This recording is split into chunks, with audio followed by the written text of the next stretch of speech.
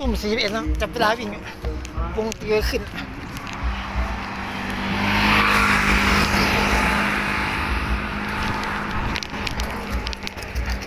ถามนี้มันสุดเลยวันนี้ไม่ค่อยฟิตเลย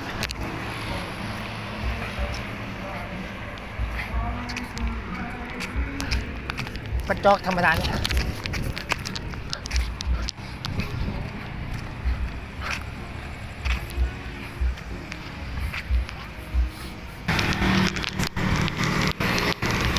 ใช้ไปประมาณ14 นาที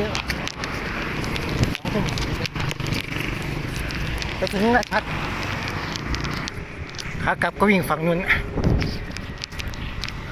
ขามาวิ่งไปถึงราชพัฒน์ก่อน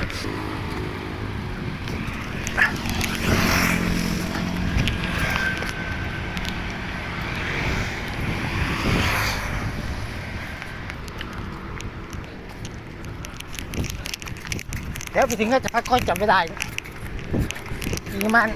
8 นาที